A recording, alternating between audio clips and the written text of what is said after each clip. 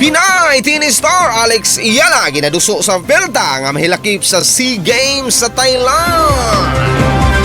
Nanghinaot ang Philippine Tennis Association kun PHILTA nga ang Pinay tennis star nga si Alex EALA makauban sa Philippine team sa Southeast Asian Games kay pahigayon sa Thailand karong tuiga. Ang executive director sa PHILTA nga si Tunet Mendoza ingon nga maayo unta nga muhaom ang 20 anyos nga magdudua sa iyang busy nga schedule sa pagduwa sa nasod sa SEA Games. Matod pa ni Mendoza nga gipaningkamutan usab ni EALA nga ihaom kini sa iyang schedule og excited usab siya ni ini. Ipaabot nga mudugang si EALA sa puwersa sa Pilipinas kung musalmot siya sa nasugutang mga duwa. Ilabi na nga naa siya sa ika-65 nga pwesto sa Women's Tennis Association kun WTA.